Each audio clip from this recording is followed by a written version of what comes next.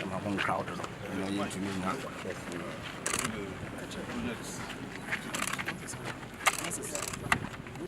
With passage of time, the dam structure was weak, so it was decided that we do a extensive rehabilitation of the dam.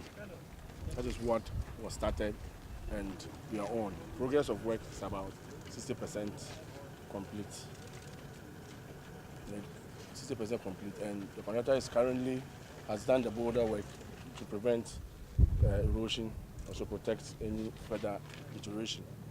And we believe that by the end of this year, works will have been completed. The dam is also used for irrigation, and it belongs to the irrigation company of Upper Region. Is there an issue about both it being for irrigation and as a water supply? Is there a problem? No, there's no problem. It's a conjunctive use. It can be done? Yes, it's being done. I was being advised that we should urge it to be purely for water supply from the dam and not as also as a source of irrigation. Is there any value in that advice? Your Excellency, it's in order, but look at the demand for water. You can meet the demand for water at the same time, for drinking water at the same time, irrigation. So it could still be conjunctively used without any problem. Problem with Bolga is the population increasing. We have Bongo too, and we have Nabdam also, benefiting from this water. So we're thinking that we should know the irrigation and just concentrate on the water supply for the area. But the farmlands are not all that fine here. So I was thinking that if we can use it for the water, for Bolga, because the population is increasing. And then Bongo, because the place is in Bongo, and Bongo too, they are not benefiting from the water. They are not happy. You see now, population. I asked you whether there was an issue. You said there's no issue. There is an issue. Yeah, we should have a serious conversation. Yes. We have to go back and forth. There is an issue. So you should tell me that there is an issue, but this is how we want to go about it. If it's necessary for sustainability to re-engineer a new arrangement, we should not have we shouldn't hesitate to do it. We're not talking about today. We're talking about 5 years, 10 years down the road, balancing the population growth, balancing the needs of agriculture. What are the steps that we need to take today to secure the future? We have to look at it. If we're going to be clogged back at all times by the past, we're never going to make the decisive interventions that we need to get the future going. The point you're making is a strong point. But if I don't know how in a matter like this, because part of the problem in these things is that it is very compartmentalized, the decision making. The water engineer is saying one thing, the politician, minister who's concerned about the populations is saying another thing, the minister for agriculture is saying another thing. We should find a better way of being able to make decisions that give us that balance that we need to be able to go forward. The few months that I've been in government, this is what I see as a fundamental flaw in the way we make decisions in our public system. Everybody is in their little hole making decisions, and at the end of the day, the coordination of what is best to secure the overall interests of the population and of the country going forward gets distorted. I think this is something very serious. The concerns that the Minister for Local Government has raised are very serious concerns. So if there is a need to rethink the policy, we need also to address the question of how quickly that change, that pivoting away can take place. I don't know at the level of the region whether there is a mechanism for which we can get this going, but that is something that, Mr. Minister, you're going to have to take a hold of, and urgently, because these are not matters that can be outstanding.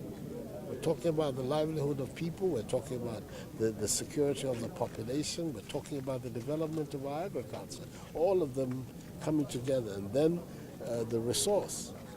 So I'm happy I came here today to see this for myself. I think, Mr. Engineer, there's a lot more work that needs to be done for us to be able to find a satisfactory way out for the future.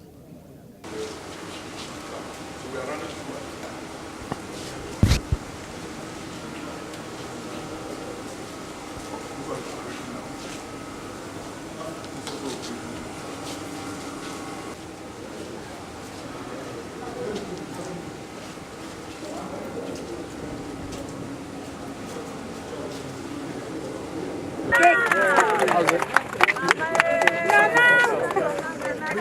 Let me see for myself what we can do. But soon you'll be hearing the decisions that we're going to take. Thank you very much. Thank you.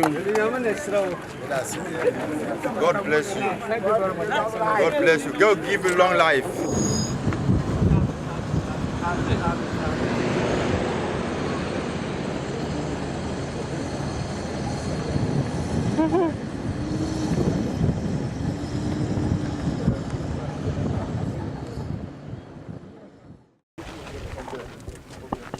And these are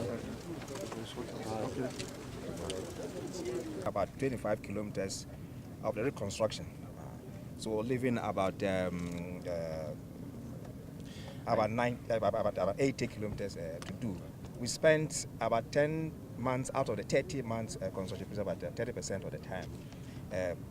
By the program, we could have done a lot more than what we have for challenges that we have on the ground. What are the challenges? The challenges, Mr. President, mainly is the cash flow. That's a major challenge. Not quite. A few certificates have come, but they've done about 9 months of work and they've received payment for about 2 months or less than 2 months of certificates. This project suffered 2 wrongs. One, it was awarded on sole sourcing. And this is a major rehabilitation road, which by our procurement law, in the first place, should not have been awarded on a sole sourcing basis. That was one. Two, and perhaps more significantly, it was put on road fund. And this is a major project. Road fund, by its object, is for periodic and regular maintenance. And look at your bills, because I'm addressing this issue because you are raising payment problems. Road fund is not meant for such a major project because it can absorb it. Road fund itself, gets about roughly. Well, this cannot be the issue of the contract. No. It cannot be there. You see? Surely. Yes, it's not for the contract, but I want them, Mr. President, to understand why the payment, the background, so that they will know why the payment is not coming. And so at the moment, and I have discussed with them, I have informed the managing director to address the payment issue. We have to work to transfer it to GOG. And I am being in talks with the Minister of Finance, and I mentioned it to him how to invite him, so that we sit down and address it.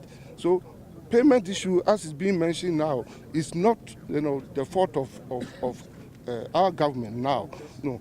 So until that is addressed, the payment issue will continue to be a problem. Were you aware of what he's saying when you began? Were you aware about the financing arrangement? Were you aware? Yes. As consultant, we are aware. That it was an incident on the road fund and not on the general budget? Were you aware? Yeah, we are aware as consultants. You were? Yes, that's no fun. This is a disaster of a road. Yes. We have a contract to do it. We should do everything possible to facilitate them being able to work. The antecedent matters, I don't think there's anything we can do about it. You inherit a contract which was done against the procurement laws. You have a choice: either abrogate it or get on with it. Yeah, you decided to get on with it. So we can't go back on those matters. We just have to accept the reality and find a way to resolve the problem, because this is what I've just been on. It's something which is the most disturbing, to find an important arterial road like this. Bolga-Bawku and Bolga, these are some of the important roads in Ghana, and it's in this condition. No matter, everything is getting so run down. So please, we have to sit down with them and try and find a solution as quickly as possible. Okay. Imperative. Yes, Mr. President. Sorry to have disturbed your day. Thank you very much. Thank you, Mr. President.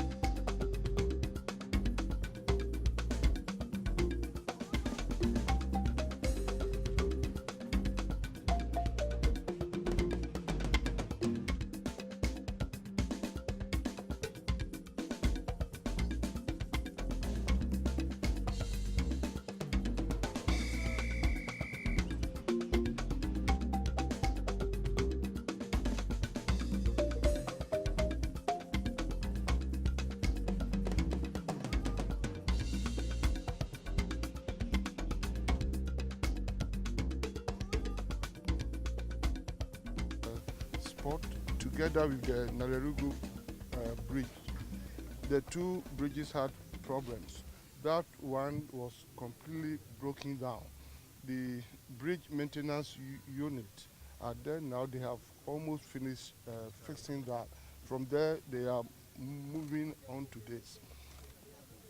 This is a very strong bridge. What happened is that when I came here with the bridge maintenance team, we realized that people have been removing the bolts and nuts, and they have been cutting the track.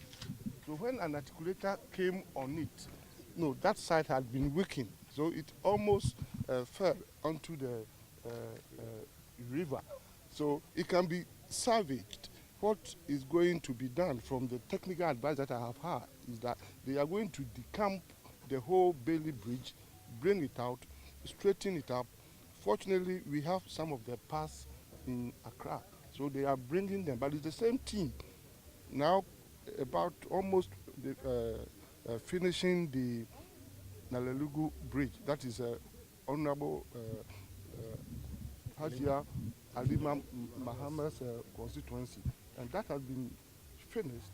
So by next week, the team will be here, to start working on this, and it may take roughly about 2 months, to fix it.